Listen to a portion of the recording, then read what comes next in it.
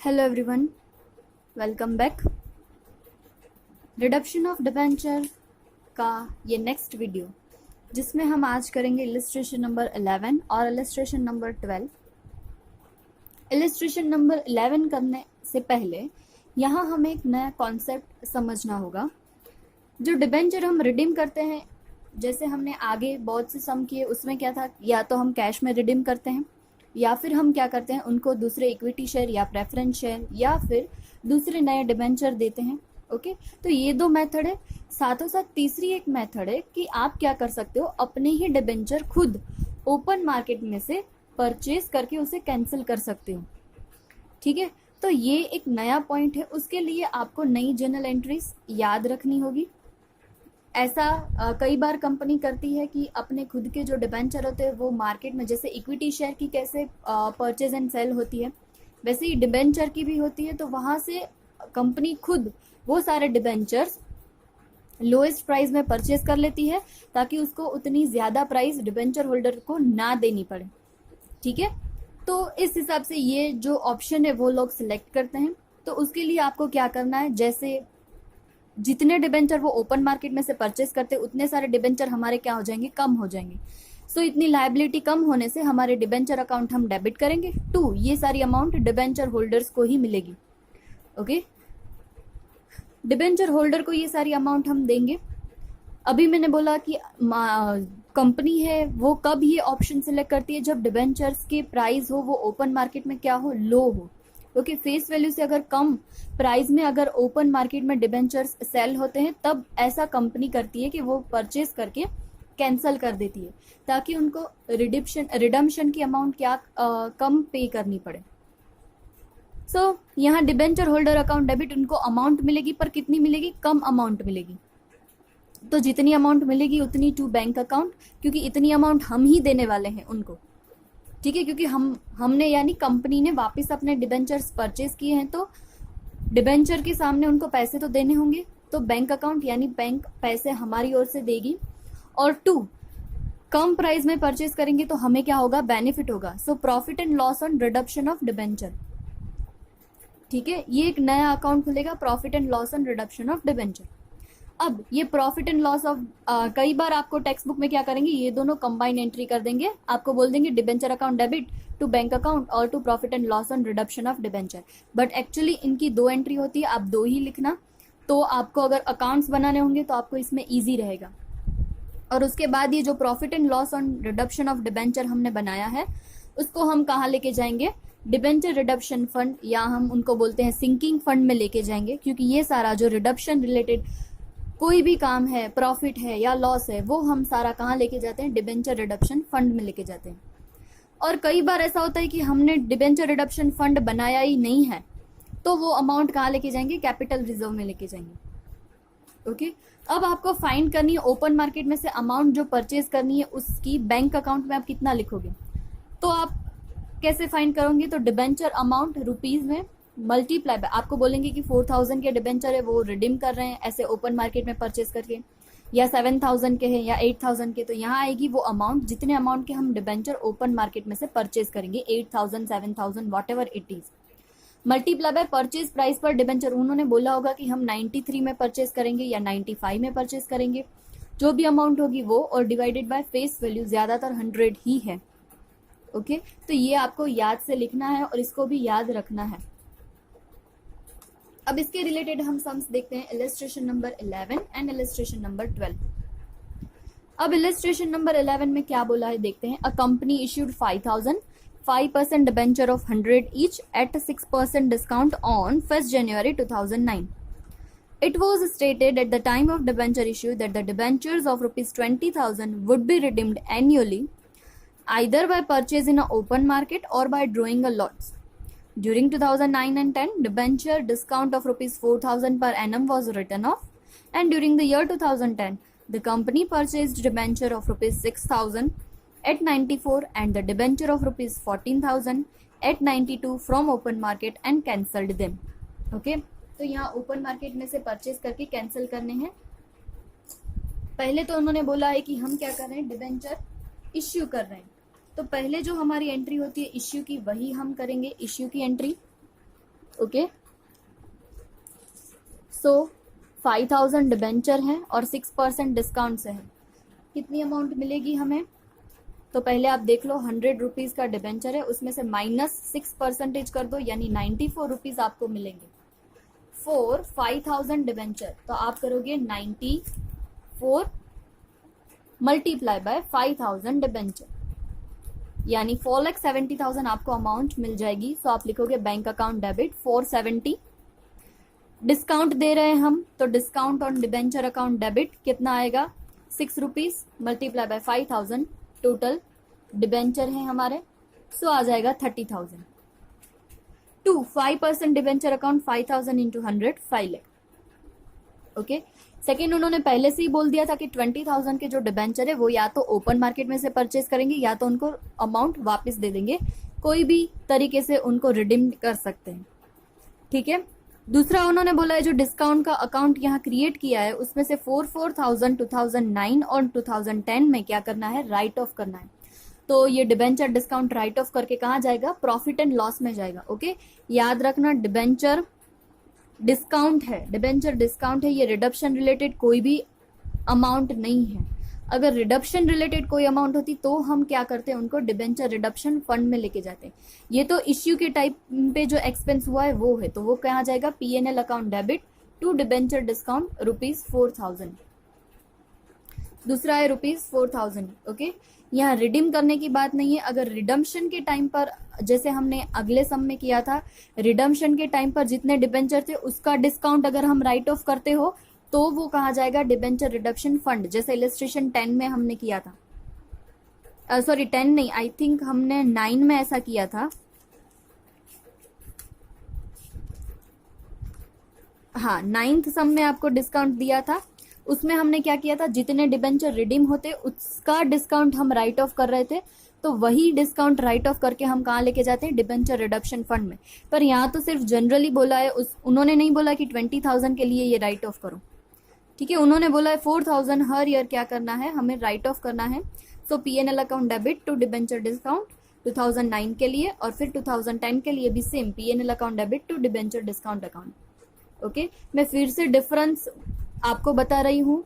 सम number जो 9 था उसमें हमने क्या किया था? डिबेंचर डिस्काउंट कितना हम राइट ऑफ कर रहे थे? जितने हमने डिबेंचर सेल कर दिए थे उसको, सेल यानी रिडीम कर दिए थे, उसके रिलेटेड जो था वही हम डिस्काउंट राइट ऑफ कर रहे थे। तो अगर जो डिबेंचर रिडीम कर रहे हैं उसके रिलेटेड डिस्काउंट है तो वो डिस्काउंट कहाँ जाएगा? डिबेंचर रिडक्शन फंड में। पर यहाँ कुछ ऐसा नहीं बोला है कि डिबेंचर हम रिडीम कर रहे हैं उसके रिलेटेड ये डिस्काउंट है, तो हम क्या करेंगे? उसको P&L में ही लेके जाएंगे। ठीक है। अब बारी आती है हमारी ओपन मार्केट में जो परचेज किया है उसके रिलेटेड। टोटल डिबेंचर्स हमारे कितने हैं? 20,000। तो देखो, आपको सबसे पहले यहाँ कंबाइन एंट्री की है, पर मैं आपको एडवाइस करूंगी कि आप कौन सी, ये 2 एंट्री है अलग अलग करना। पहले लिखना डिबेंचर अकाउंट डेबिट, अब हमारे डिबेंचर कम हो जाएंगे, ₹20,000 to debenture holder account 20,000। Okay. दूसरी एंट्री आप करोगे debenture holder account debit 20,000।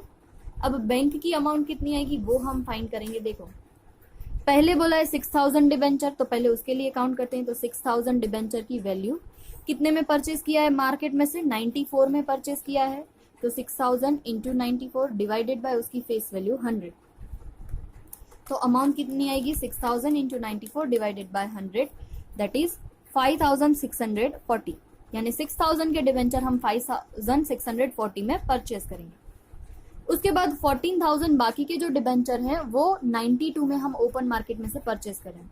14,000 rupees के जो डिबेंचर है multiply by 92 divided by 100। So 14,000 into 92 divided by 100, answer आ जाएगा 12,880।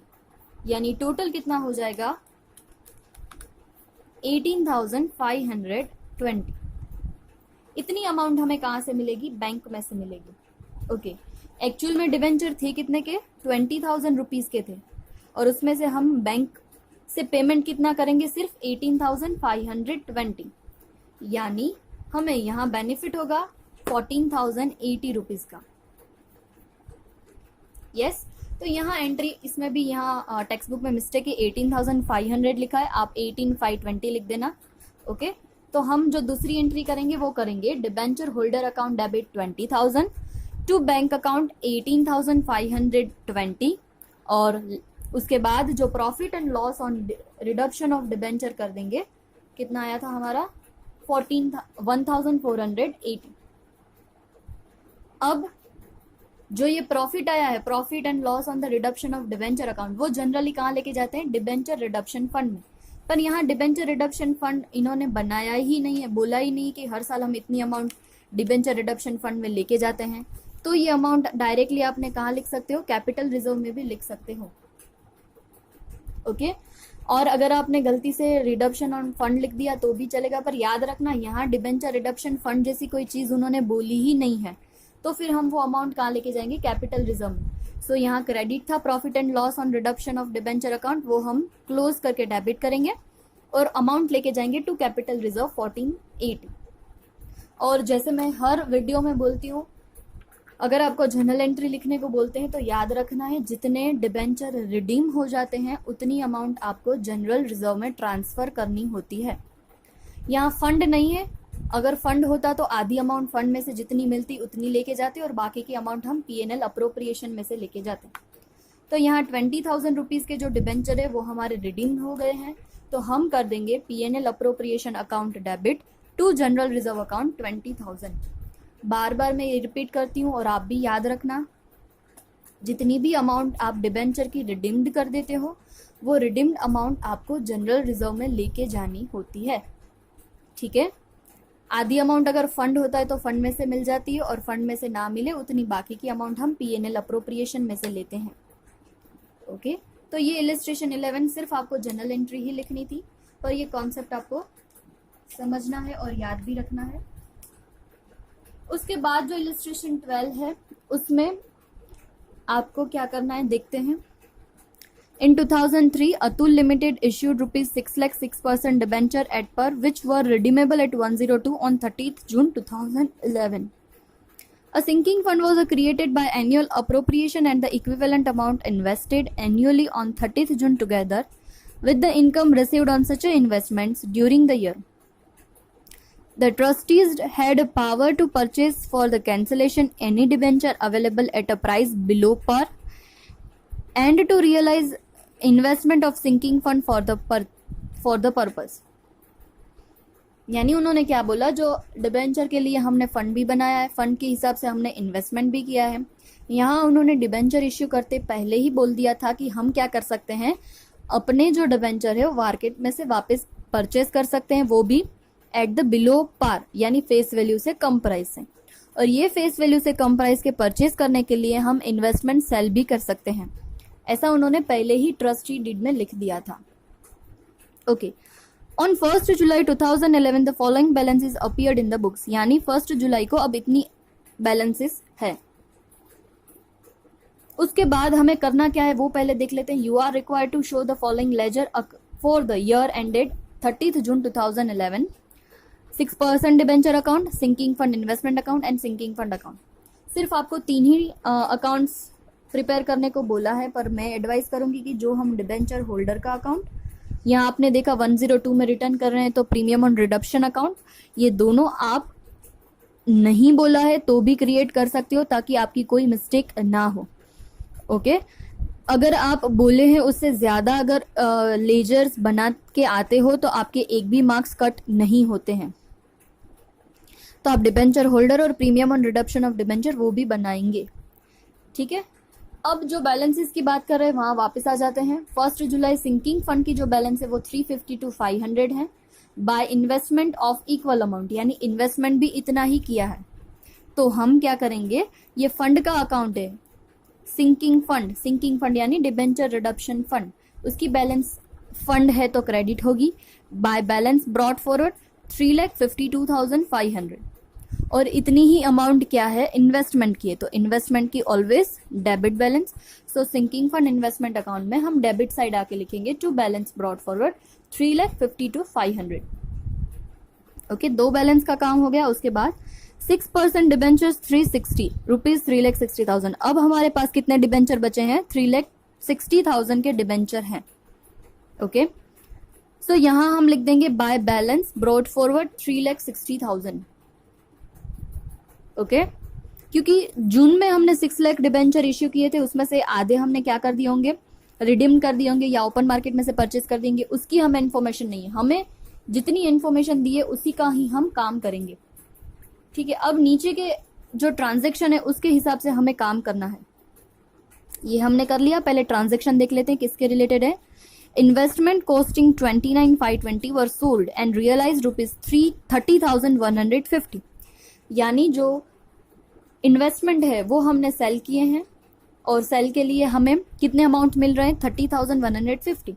तो अगर इन्वेस्टमेंट सेल करते तो उसकी एंट्री हम क्या करते हैं, बैंक अकाउंट डेबिट, उतने पैसे हमें मिलेंगे। 2, अब वो हमारे इन्वेस्टमेंट नहीं रहे, so debenture reduction fund investment account credit.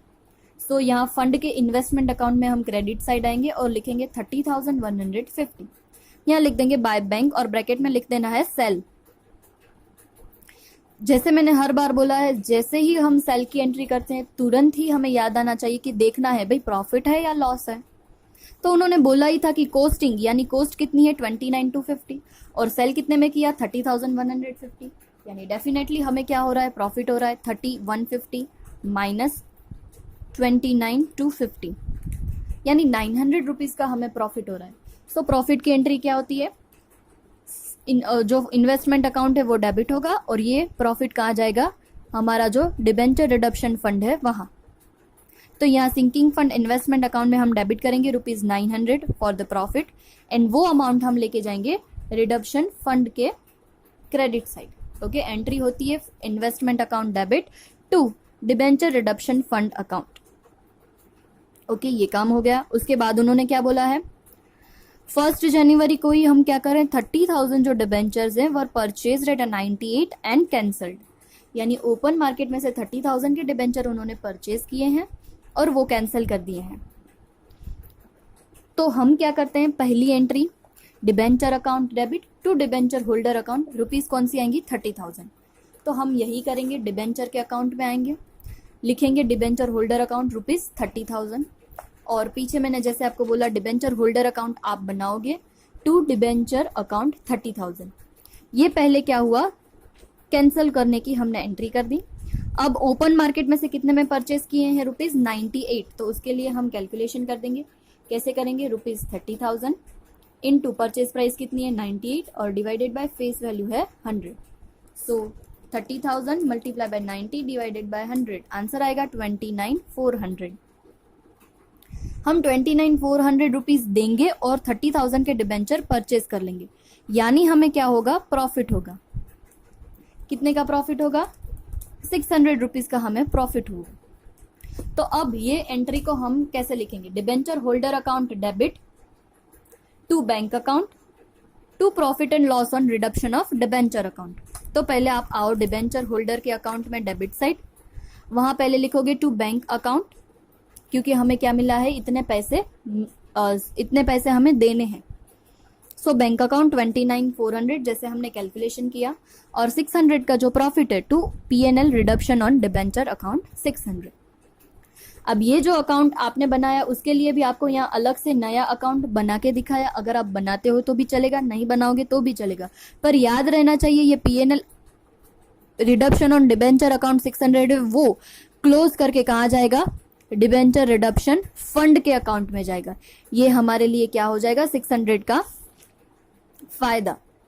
ठीक है, तो ये जो फायदा है वो हम फंड में लेके आएंगे। देखो मैंने आपको एंट्री भी लिखाई है, profit and loss on debenture जो क्रेडिट है उसको क्लोज करने के लिए हम डेबिट करेंगे। तो क्रेडिट क्या हो जाएगा, टू डिबेंचर रिडक्शन फंड। तो डिबेंचर रिडक्शन फंड में क्रेडिट साइड आएंगे, 600 अमाउंट लिखेंगे और लिख देंगे P&L रिडक्शन ऑफ डिबेंचर, यानी profit and loss on reduction of debenture account. Okay, ये काम हो गया खत्म। अब देखते हैं उन्होंने बाकी का क्या बोला है। The remaining investments were the sold for 3,30,600। Okay, बाकी के जो डिबेंचर इन्वेस्टमेंट बचे हैं वो इन्वेस्टमेंट हमें सेल करने हैं। अमाउंट बोली है उन्होंने 3,30,600। अगर इन्वेस्टमेंट हम सेल करते हैं तो एंट्री क्या करेंगे, बैंक अकाउंट डेबिट, इतनी अमाउंट हमें मिलेगी और अब इन्वेस्टमेंट हमारे नहीं होंगे, सो इन्वेस्टमेंट अकाउंट क्रेडिट। तो इन्वेस्टमेंट अकाउंट में हम क्रेडिट साइड आएंगे, लिखेंगे 3,30,600, ओके, और सामने लिख देंगे बैंक अकाउंट। अब जैसे ही हम इन्वेस्टमेंट सेल करें, आपको क्या याद आना चाहिए, प्रॉफिट या लॉस। उन्होंने बोला था रिमेनिंग यानी अब हमारे पास ओपनिंग कितनी थी, देखो 350 to 500 ओपनिंग थी, उसमें से सेल हमने कितने का किया, ऑलवेज कॉस्ट को ही देखना है, ओके। कितने कॉस्ट की हमने सेल की है, 350 to 500 माइनस कॉस्ट था उसका 29,250, उतना हमने सेल कर दिया। यानी अब हमारे पास इन्वेस्टमेंट बचे कितने हैं, ओके। अगर आपको कंफ्यूजन हो तो मैं लिख के दिखा दूं। इन्वेस्टमेंट, रिमेनिंग इन्वेस्टमेंट हम कैसे फाइंड करेंगे, सो ओपनिंग बैलेंस जो हमारी थी 3,52,500, उसमें से पहले हमने सेल कर दिया, और सेल की हम कौन सी अमाउंट लेंगे, कॉस्ट की अमाउंट ही लेंगे। कॉस्ट की अमाउंट है 29,250। तो हमारे पास रिमेनिंग जो इन्वेस्टमेंट है वो कितने हो जाएंगे, 3,23,250। अब हम ये कितने में सेल करते हैं, 3,30,600, और उसकी कॉस्ट कितनी है, 3,23,250। यानी हमें क्या हो रहा है, प्रॉफिट हो रहा है। कितने का प्रॉफिट हो रहा है, 3,30,600 माइनस 3,23,250, यानी 7,350 का हमें क्या हो रहा है, प्रॉफिट हो रहा है।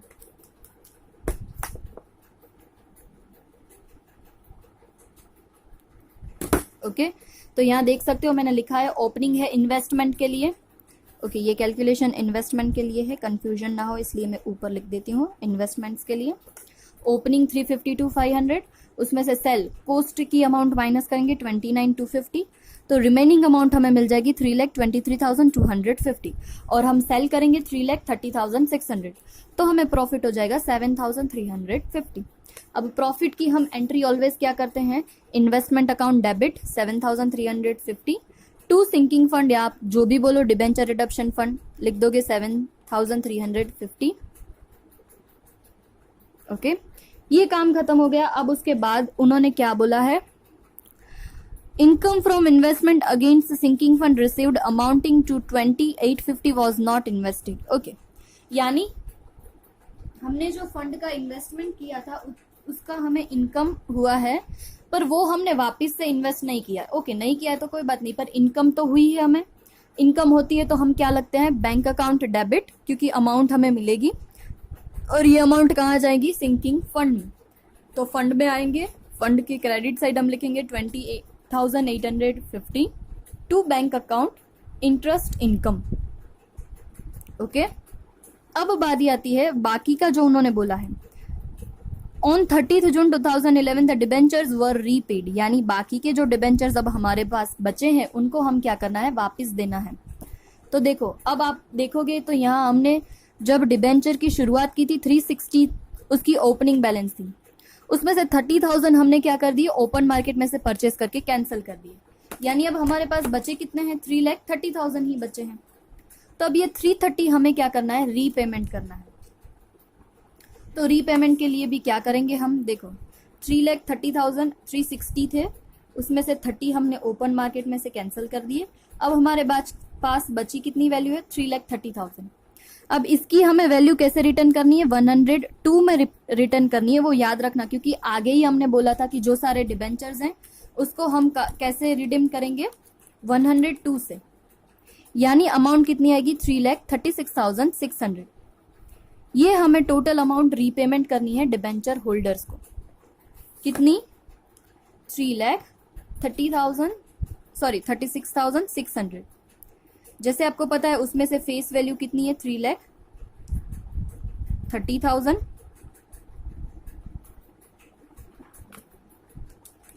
तो बाकी की जो अमाउंट बचेगी वो 6,600 क्या होगा हमारा, प्रीमियम ऑन रिडक्शन, ओके। कैसे काउंट किया देख लीजिए, 360 टोटल हमारी ओपनिंग बैलेंस थी, उसमें से जो ओपन मार्केट वाला पोर्शन था 30,000 डिबेंचर का वो कैंसिल कर दिया।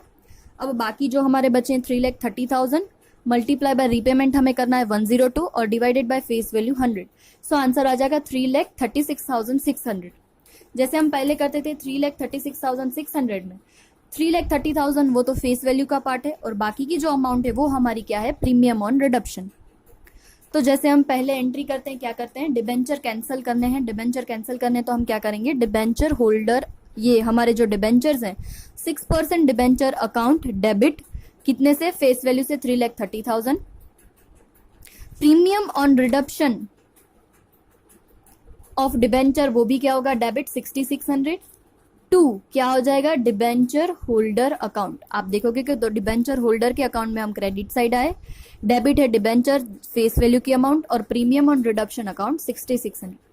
आपको सिर्फ एंट्रीज याद होनी चाहिए। अगर एंट्रीज याद होगी तो आप उसकी पोस्टिंग आसानी से कर पाओगे। ठीक है, यहां मैंने क्या किया, डिबेंचर कैंसिल किए, यानी दोनों लाइबिलिटी डेबिट की है। डिबेंचर अकाउंट डेबिट किया 330, और जो प्रीमियम वो भी हमारी लाइबिलिटी है, वो भी मैंने डेबिट किया उसके अकाउंट में आके, और ये अमाउंट मिलेगी डिबेंचर होल्डर्स को। यस, अब डिबेंचर होल्डर को मिलेगी तो डिबेंचर होल्डर के अकाउंट में हम क्रेडिट कर देंगे। अब ये अमाउंट का हमें क्या करना है, पेमेंट करना है। पेमेंट करेंगे तो कैसे करेंगे, बैंक से करेंगे। सो debenture holder account debit, debit side आएंगे 3,36,600, और सामने लिख देंगे बैंक अकाउंट, बैंक से हम पेमेंट कर देंगे।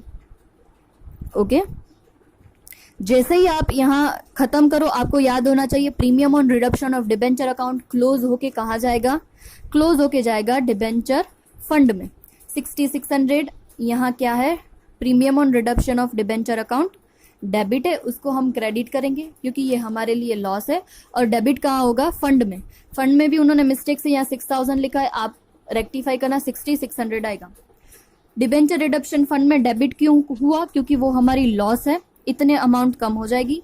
सो premium on reduction of debenture account debit 2 क्या हो जाएगा,